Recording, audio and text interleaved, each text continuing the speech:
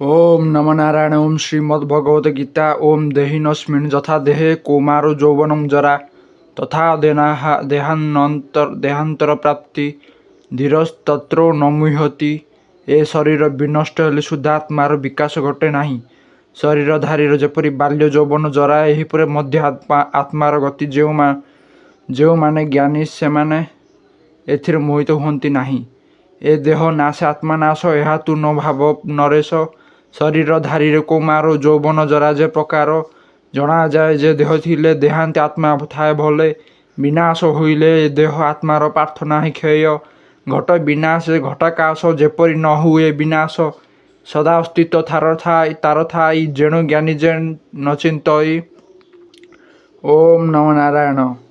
ଦ୍ୱିତୀୟ ଅଧ୍ୟାୟ। ଓମ୍ ମାତ୍ର ସ୍ପର୍ଶାସ୍ତୁ କୌନ୍ତେୟ ଶୀତୋଷ୍ଣ ସୁଖ ଦୁଃଖଦାହା ଆଗମାପାୟିନ ନିତ୍ୟା ସ୍ଥାତିତି ସ୍ଥିତି କ୍ଷୟସ୍ୱ ଭାରତ। ଓମ୍ ଜହି ନ ବ୍ୟଥୟତ୍ୟତେ ପୁରୁଷଂ ପୁରୁଷଶବଃ ସମ ଦୁଃଖ ସୁଖଂ ଧୀର ସ୍ୱ ମୃତତ୍ୱାୟ କଳ୍ପତେ। ଇନ୍ଦ୍ରିୟର ବଶବର୍ତ୍ତୀ ହୋଇ ମନୁଷ୍ୟ ସୁଖ ଦୁଃଖ ଭୋଗ କରେ। ଏହି ଯାହା ସବୁ ଅନିତ୍ୟ ଏ ସବୁରେ ତୁମ୍ଭେ ବିଚଳିତ ହୁଅ ନାହିଁ। ଯେଉଁ ଲୋକ ସୁଖ ଦୁଃଖକୁ ସମାନ ଜ୍ଞାନ କରେ ସେ କେବେ ବିଚଳିତ ହୁଏ ନାହିଁ, ତେଣୁ ସେ ମୁକ୍ତି ପାଏ। ରହି ଇନ୍ଦ୍ରିୟ ବସେ ନର ଦୁଃଖ ସୁଖ ଭୋଗେ ନିକର। ତଥାପି ସେ ଦୁଃଖ ସୁଖର ବିନାଶ ଅଛି ପାର୍ଥବୀର ସଂଯୋଗ ସମୟରେ ଜାଣ। ସ୍ଥିତି ଉତ୍ପତ୍ତି ଲୟ ପୂର୍ଣ୍ଣ ଏଣୁ ଅନିତ୍ୟ ଏହି ମାନେ ତାହା ତୁ ସୁହ ସାବଧାନେ। ଯେ ଦୁଃଖ ସୁଖ ସମ କରେ ନ ପଡ଼େ ସୁଖର ଗର୍ବରେ ନ ଦୁଃଖେ ନୁହଁଇ ବିଚଳିତ ସେଇ ଲଭଇ ମୋକ୍ଷ ପଥ। ସମାନ ଦୁଃଖ ସୁଖ ଯାର ମୁକ୍ତିରେ ତାର ଅଧିକାର। ଓମ୍ ନମୋ ନାରାୟଣ। ଓମ୍ ନାଶୋ ତ୍ୱବିଦ୍ୟତେ ଭାବୋ ନାଭାବୋ ବିଦ୍ୟତେ ସତଃ ଉଭୟୋରପି ଦୃଷ୍ଟନ୍ତେ ସ୍ତୈନୟସ୍ତତ୍ତ୍ୱଦର୍ଶିभिः।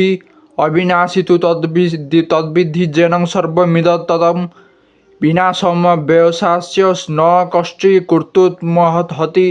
ଏ ଶରୀର ଅନିତ୍ୟ ଅସତ୍ୟ ଯେ କେବଳ ଜୀବାତ୍ମା ସତ୍ୟ ଓ ନିତ୍ୟ ଏହି ବିଷୟ ତତ୍ତ୍ୱଦର୍ଶୀମାନେ ଜାଣନ୍ତି। ଯେଉଁ ଆତ୍ମା ସର୍ବବ୍ୟାପକ ତାର ବିକାଶ ନାହିଁ ତାକୁ ବିନାଶ କରିବାକୁ ସଂସାରରେ କାହାରି ଶକ୍ତି ନାହିଁ। ଯେ ଅସତ ବିନାଶଶୀଳ ନାହିଁ ତା ସ୍ଥିତି ମନେ ଭାଳ।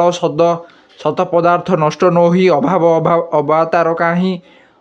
ଅସତ ଜଡ଼େ ଅଟେ ନାଶୀ ସତ ଚୈତନ୍ୟ ଅବିନାଶୀ। ଏ ଦେହ ଅନିତ୍ୟ ଜୀବାତ୍ମା ସତ୍ୟ ପୁଣି ନିତ୍ୟ ଏହି ଦୁଇ ବିଷୟଟି ସ୍ଥିର ଜାଣନ୍ତି ତତ୍ତ୍ୱଦର୍ଶୀ ନର। ଯେ ଆତ୍ମା ଆପେ ସର୍ବଠାରେ ଅବିନାଶୀ ଯେଉଁ ବିଧିରେ ସୁଖ ଦୁଃଖ ଏ ନାଶ ହୋଇ ଆତ୍ମାର ବିନାଶ ନୁହଁଇ ସେ ଆତ୍ମା ବିନାଶ ସମର୍ଥ ଅଛି କାହାର ସାମରଥ। ଓମ୍ ନମୋ ନାରାୟଣ। ଓମ୍ ଅନ୍ତବନ୍ତ ଇମେ ଦେହା ନିତ୍ୟସ୍ୟକ୍ତା ଶରୀରିଣଃ ଅନାଶୀନ ପ୍ରମେୟସ୍ୟ ତସ୍ମାତ୍ ଯୁଧସ୍ୱ ଭାରତ। ଜ ଏନଂ ବେତି ହନ୍ତାର ଯସ୍ୟ ନ ମନ୍ୟତେ ହତଂ ଉଭୟତ୍ୱ ନ ବିଜାନିतो ନାୟଂ ହତିନ୍ୟ ହନ୍ୟତେ। ଏ ଦେହର ବିନାଶ ଅଛି ତେଣୁ ଦେହର ବିନାଶରେ ଦୁଃଖ ନ କରି ଯୁଦ୍ଧକୁ ପ୍ରସ୍ତୁତ ହୁଅ। କାରଣ ଜାଣୁଛ ଆତ୍ମା ଅମର। ଯେପରି ସମୁଦ୍ରରେ କ୍ଷୟ ନାହିଁ କି ବୃଦ୍ଧି ନାହିଁ ସେହିପରି ଆତ୍ମାର ମଧ୍ୟ କ୍ଷୟ ନାହିଁ କି ବୃଦ୍ଧି ନାହିଁ। ଆତ୍ମା ସକଳ ଘଟେ ଥାଇ ତାହାର କ୍ଷୟ ବୃଦ୍ଧି ନାହିଁ। ନିତ୍ୟ ଆତ୍ମାର ସଂସ୍ଥାନ ସର୍ବଦା ଆତ୍ମାଟି ନିର୍ଗୁଣ। ଯେ ଘଟେ ଆତ୍ମା ବାସ କରେ ସେ ନଷ୍ଟ ହୋଇପାରେ। ଏ ଦେହ ଦିନେ ଛାଡ଼ିଯିବ ସ୍ୱଧର୍ମ ପାଇଁ ଛାଡ଼ିବ। ତେଣୁ ଏ ଯୁଦ୍ଧେ ଦିଅ ଆସ। ଦେହ ବିନାଶ ଦୁଃଖ କିସ ଆତ୍ମାକୁ କେହି ନ ନାଶଇ ସର୍ବଦା ଥାଏ ହତ ନୋହି। ଦେଖ ଯେ ଶନେ ଏୟଂ ବୁଦ୍ଧି ନାହିଁ ତାହାର କ୍ଷୟ ବୃଦ୍ଧି। ଓମ୍ ନମୋ ନାରାୟଣ। ଓମ୍ ନ ଜାୟତେ ମ୍ରିୟତେ ବା କଦାଚିତ୍ ନାୟ ଭୂତ୍ୱା ଭବିତା ବା ନ ଭୂୟ ଅଜୋ ନିତ୍ୟ ଶାଶ୍ୱତେୟ ପୁରାଣ ନ ହନ୍ୟତେ ହନ୍ୟମାନେ ଶରୀରେ। ବେଦା ବିନାଶିନଂ ନିତ୍ୟଂ ଜୟନ ଯମ ବ୍ୟୟଂ କଥଂ ସ ପୁରୁଷଃ ପାର୍ଥ କଂ ଘାତୟତି ହନ୍ତିକ। ଆତ୍ମାର କ୍ଷୟ ବୃଦ୍ଧି ଆଦି ଅନ୍ତ ନଥାଏ। ଯେପରି ସୂର୍ଯ୍ୟ ଭ୍ରମୁଥାଏ ଆତ୍ମା ସେପରି ଜ୍ୟୋତି ରୂପରେ ଭ୍ରମୁଥାଏ।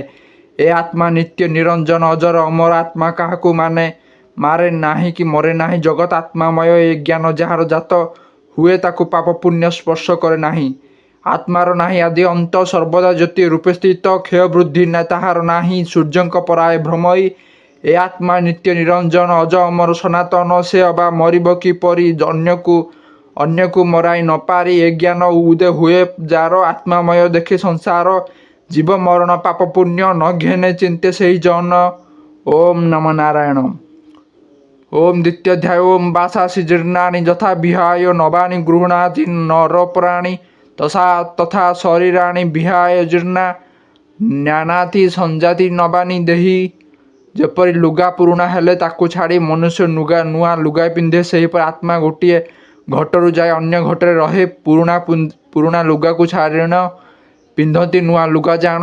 ପୁରୁଣା ଲୁଗା ନଷ୍ଟ ହୋଇ ତାକୁ ନ ଖୋଜନ୍ତି କେହି, ସେପରି ଆତ୍ମା ଜୀର୍ଣ୍ଣ ଦେହ ଛାଡ଼ି ଖୋଜଇ ନୂଆ ଦେହ। ଏଥିରେ ଆତ୍ମାର ଆନନ୍ଦ। କହିଲୁ ଯୋଗର ଏ ଭେଦ। ଯୋଗରେ ହୋଇଛି ବର୍ଣ୍ଣିତ ଆତ୍ମା ଗମଇ ଯେଉଁ ପଥ।